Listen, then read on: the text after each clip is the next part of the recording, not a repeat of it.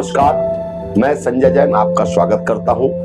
हमारे आज के खास मेहमान सर्व आदिवासी समाज के जिलाध्यक्ष पूर्व अधिकारी जीवराखन जी मरई स्टूडियो पहुंचे हैं।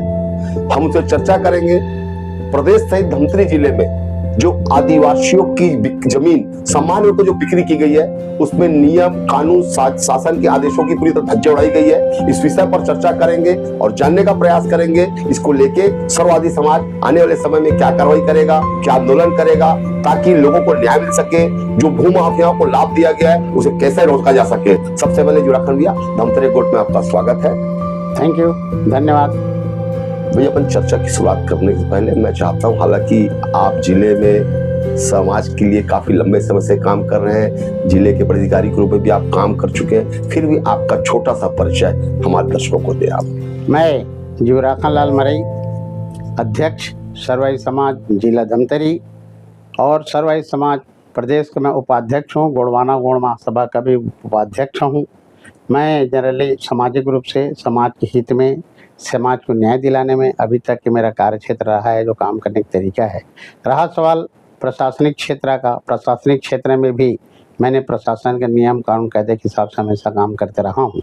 इसलिए प्रशासनिक आदेश, प्रशासनिक नियम कानून कायदा को ध्यान में रखते हुए ट्राइबल समाज को जो संविधान में जो अधिकार प्राप्त है वो संवैधानिक अधिकार आदिवासी समाज को मिले, इसी दिशा में मैं कार्य करता हूँ और समाज को संगठन, शिक्षित, इस दिशा में काम करता हूँ।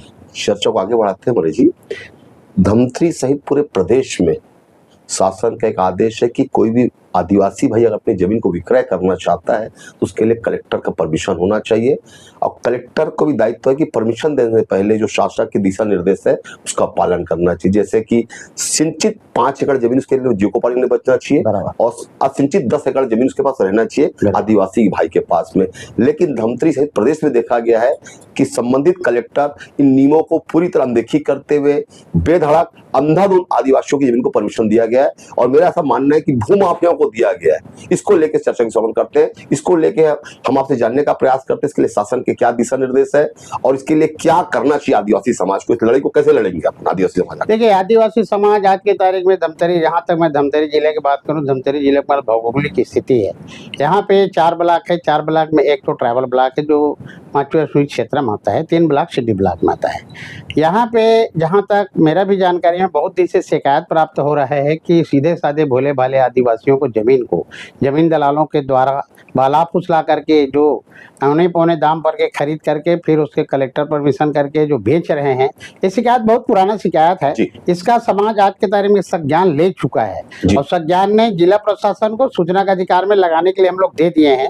जैसे हमको पेपर मिलेगा हम उसमें ताबड़तोड़ कार्रवाई करेंगे। हमको भी नियम कानून कायदे का पता है कि कलेक्टर को कितने पावर है और कमिश्नर को क्या पावर है। ये सारी चीज में हम लोग इसमें काम करना शुरू कर दिए हैं। आपके चैनल के, आपके स्टूडियो के माध्यम से मैं सभी समाज के लोगों से भी बताऊंगा कि आदिवासी भोले भाले समाज है उसका दुरुपयोग वो ना करें। यदि दुरुपयोग किया जाएगा तो उसके लिए आंदोलन किया जाएगा, धरना किया जाएगा। जिस दिन हमारे पास पेपर आएगा कि किसको किसको जिले में परमिशन मिला है और किसको किसको गैर कानूनी मिला है, किसको कानूनी का अंतर्गत मिला हुआ है, सारी चीज का हम अध्ययन करके 1 सप्ताह के अंतर्गत ये सारी दिशा में हम रोड कर लड़ेंगे। पहले तो कलेक्टर ज्ञापन देंगे, कलेक्टर नहीं मानेगा तो मंत्री से मिलेंगे, CS से मिलेंगे, सेक्रेटरी मिलेंगे। उसके बाद भी कोई कार्रवाई नहीं होगा तो लोकतांत्रिक प्रजातांत्रिक जो व्यवस्था के हिसाब से हम धरना आंदोलन प्रदर्शन करके हम हमारे समाज को न्याय दिलाएंगे। ये हम लोग का उद्देश्य है। कितना जमीन होना चाहिए मरई जी? आप काफी लंबे समय से काम कर रहे हैं, आपकी जानकारी में होगा कि एक आदिवासी भाई अगर अपनी जमीन को बेचने के बाद उसके जीविकोपार्जन कितनी जमीन शेष रहनी चाहिए? देखिए, 2 चीज होता है इसमें, एक तो अनुसूचित क्षेत्र और दूसरा गैर अनुसूचित क्षेत्र। गैर अनुसूचित क्षेत्र में जहाँ तक गैर अनुसूचित क्षेत्र में हमारे पास 3 ब्लॉक है ना, धमतरी है, मंगलडोड़ है और कुरुद, एक नगरी ब्लॉक हमारा ट्राइबल क्षेत्र 5वें अनुसूचित क्षेत्र है।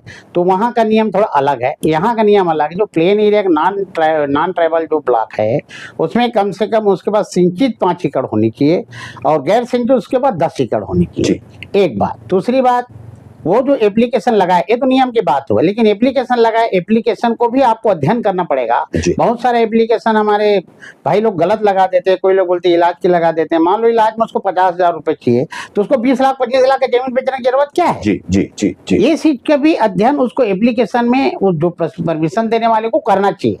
जो मैं सुना हूँ कि ऐसा नहीं हुआ है जी। और नियम का पालन नहीं किया गया है। बहुत सारा ट्राइबल फर्जी कुछ तो मेरे पास दिमाग में आया है। कोई लोग तो नॉन ट्राइबल ना होते भी ट्राइबल का सर्टिफिकेट बनाकर अपना जमीन बेच दी। जी जी। ये भी अन्य अत्याचार हुआ है, फोर्जरी एक प्रकार से फोर्जरी है। जी। भाई ट्राइबल नहीं है, वो ट्राइबल से शादी कर लिया उसका मतलब महिला ट्राइबल नहीं हो सकती। जी जी। महिला ट्राइबल हो ही नहीं सकती ना। जी। तो महिला अपने आप को, नगरी का ब्लॉक है, नगरी का केस बता रहा हूँ, अपने आप को ट्राइबल बना लिया और उसमें जमीन खरीद ले, जमीन बिक्री करना शुरू कर दिया। लेकिन ऐसा नहीं हो सकता। जी। शादी करने से उसका जाति नहीं बदलेगा किसी का। बिल्कुल बिल्कुल। ऐसे भी घटना 4-5 घटना हमारे प्रकाश संज्ञान में आया है, उसको हमने लिया हुआ है। उसका भी एप्लीकेशन मैंने लगाया हूँ। उसका भी फर्जी जाति प्रमाण पत्र जब निरस्त हो जाएगा उसके बाद फिर हम उसको आगे लड़ाई लड़ेंगे और जो मूल भूमि स्वामी है उसके खाता में जमीन जाएगा। ये जब तक नहीं जाएगा तब तक समाज उसमें लड़ेगा। एक परमिशन ऐसा है मौर्य जी जिसमें क्रेता भी खुद ही है, विक्रेता का नाम ही नहीं है और परमिशन दिया गया है। अभी जो जानकारी सूचना का अधिकार दिया उसमें शासन दिया गया है, विक्रेता फलाना और क्रेता शासन। ऐसा भी एक मामला आया, आपके संज्ञान में आया कि नहीं ऐसा मामला कोई? नहीं, मैं इसको सुना हूं, अभी तक मेरे पास पेपर नहीं आया है जी। इसको मैं सुना हूं, नागेश नाग कोई नाम पता चला था, उसके विरुद्ध में खरीदने वाला शासन है जी। ये तो सीधा सीधा गलत है ना जी। ये जब विधानसभा में लगा था, माननीय राजस्व मंत्री जब विधानसभा जवाब दे रहे थे उस समय भी जवाब गलत दे रहे थे जी। और मंत्री जी क्या करेंगे, उसको तो नीचे स्तर से गया हुआ है जवाब जी। नीचे स्तर से जब जवाब गलत गया है तो जैसा एक जवाब का वैसा पड़ा है, तो फिर से हमने माननीय मंत्री जी को लगाएंगे।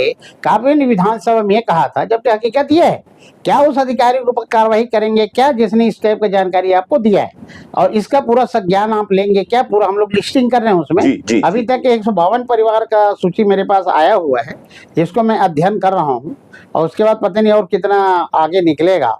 तो ये तो आदिवासी समाज के लिए बहुत दुर्भाग्य समय है और दुर्भाग्य की स्थिति बनेगा कि नॉन ट्राइबल बहुत सारे लोग इसमें भूमिहीन होते जा रहे हैं जी जी, जी। भूमिहीन होते जा रहे हैं। सिर्फ ट्राइबल के पास ना व्यापार है, ना व्यवसाय है, ना खुद का कुछ धंधा है, सिर्फ उनके पास थोड़ा बहुत जमीन जिसको उसका जीविकोपार्जन चलता है वो भी उसके पास नहीं रहेगा तो ट्राइबल देर सवेर खत्म हो जाएगा। इसलिए क्या है, हम लोग सर्वई समाज का अध्यक्ष हैं, हमारा दायित्व बनता है कि ट्राइबल को सेव करें, उसको जो संविधान में अधिकार है वो उनको मिलते रहे, जो सरकार का स्कीम है उसका फायदा मिलते रहे, इस दिशा में हम लोग काम करते हैं। हमारा टीम है वो काम कर रहा है। मरे जी, कोई भी जमीन जब आदिवासी भाई बेचता है उसका मूल स्वरूप तत्काल बदल दिया जाता है। आज कोई व्यक्ति परमिशन लेता है, तत्काल उसमें अवैध प्लाटिंग हो जाती है, जमीन बिक जाता है, जबकि इसके लिए शासन के दिशा निर्देश है कि उसका मूल स्वरूप तत्काल चेंज नहीं होना चाहिए। लेकिन ऐसा भी प्रकरण सामने आया है, ऐसा कोई प्रकरण आपके संज्ञान में आया है क्या? नहीं, एक प्रकरण मेरे पास ऐसा आया है जो तुरंत हुआ। उसके लिए हमने कलेक्टर से, इसके पहले तत्कालीन कलेक्टर थी नम्रता गांधी मैडम, उससे मेरी बात हुई थी। देखिए मैम, वो परमिशन का बहुत पहले का था, नम्रता गांधी पहले का परमिशन था, लेकिन उसके तत्काल बाद वो लोग ऐसा करने लगे। नम्रता गांधी से मेरी बातचीत हुई तो उसमें वो रोक लगा दी थी, लेकिन खाली रोक लगाने से काम नहीं चलता ना, इससे कब तक चलेगा? हमारा जिला प्रशासन से कहना था उसको आप निरस्त कीजिए जी जी। तो वो प्रोसेस में है, अभी तक मेरे ध्यान नहीं है कहाँ तक पहुंचा फाइल। आदिवासी समाज का एक अधिकार है, वो अपनी जमीन की वापसी की मांग कर सकता है। धारा 170 खा, जिसमें ऐसा कोई मामला आ रहा है कि जिसमें आदिवासी भाई अपनी जमीन को वापस मांग रहा है, ऐसा कोई मामला आपके पास अभी धमतरी जिले में शुरू नहीं हुआ है। धमतरी जिले में पहले जब नवल सिंह मंडावी साहब थे जी, उस समय 170 खा का 3 मामला था जी, और तीनों मामला में समाज को जीत मिला है। आज के तारीख में बालोद जिले में सुनने आया है 370 खा का मामला 50-52 एकड़ का मामला है। 370 खा में 170 खा में जाएगा और वापस होगा। वो प्रोसेस एक्चुअली में क्या है, रजिस्ट्री निरस्त कराना पड़ेगा। रजिस्ट्री निरस्त करने के बाद 170 का केस लगता है जी, फिर रजिस्ट्री निरस्त होगा, फिर उसके बाद वो चला जाता है। कितने दिन में मांग सकता है आदिवासी भाई, कितने दिन में अपनी जमीन को, इसकी कुछ समय सीमा निर्धारित है कि कभी मांग सकता है? नहीं, कभी मांग सकता है ऐसा नहीं। देखिए, पहले बात तो वो सही में गलत है। 170 का जब उसकी जमीन को फर्जी रजिस्ट्री हुआ है, फर्जी टाइप का गया हुआ है, तो उसको समझ में आ जाएगा। तो चूंकि न्यायालय का मामला है तो थोड़ा उसमें प्रोसेस लगता है, लेकिन एप्लीकेशन तुरंत लग जाता है। जी। और न्यायालयी मामला में जहाँ तक आदमी जाता है तो उसमें टाइम देना या टाइम बताना थोड़ा सा संभव नहीं होता। अब इसको लेके पूरे घटनाक्रम आपके सामने है। आदिवासियों की जमीन गैर मतलब अनीतिपूर्ण ढंग से बेचने का परमिशन दिया गया है। अब इसको लेके अगर मान लो न्याय नहीं मिलता तो आदिवासी समाज के आने वाले समय में रूपरेखा क्या होगी? सबसे पहले तो हमने आवेदन करेंगे, निवेदन करेंगे, फिर देंगे दनादन।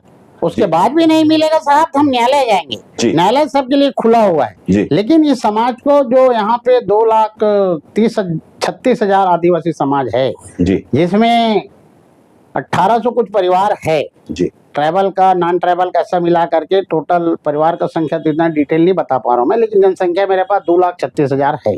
जी। तो ये सब समाज मिलकर एक साथ लड़ेंगे। आदिवासी समाज हमेशा संगठित है, अपने हक अधिकार के लिए हमेशा लड़ता है। जी। बशर्ते समाज को थोड़ा दिशा देना पड़ेगा, उनको अधिकार से उनको अवगत कराना पड़ेगा, उनको जागृत करना पड़ेगा कहाँ आपके साथ अन्याय हो रहा है और कैसा अन्याय हो रहा है। इसके पहले भी हम लोग मगरलोड में बहुत अन्याय आंदोलन करके एक साहू कोई लड़का था, उसके नाम से हमने 8 परिवार का जमीन को वापस कराया है। जी। तहसीलदार के माध्यम से। जी। तो ये फिर से संज्ञान में आया है, तो इसमें समाज जरूर लड़ेगा। अब इसको लेके आदिवासी समाज को जंग का ऐलान करेगा ऐसा लगता है आपको? मतलब तैयारी ऐसी लगती है आपकी अब, क्योंकि अब समय आ गया है, क्योंकि लड़ाई को लड़ने की समय आ गया है। इसको लेकर अब क्या माने कि आदिवासी समाज अब ऐलान जंग करेगा ऐसा लगता है? बिल्कुल जंग करेगा साहब। इसीलिए मैंने मैं जो सूचना का अधिकार में पेपर निकाल रहा हूँ और सभी जगह से निकाल रहा हूँ, रजिस्ट्री ऑफिस भी लगाया हूँ, जिला प्रशासन को लगाया हूँ, कमिश्नरी भी लगाया हूँ।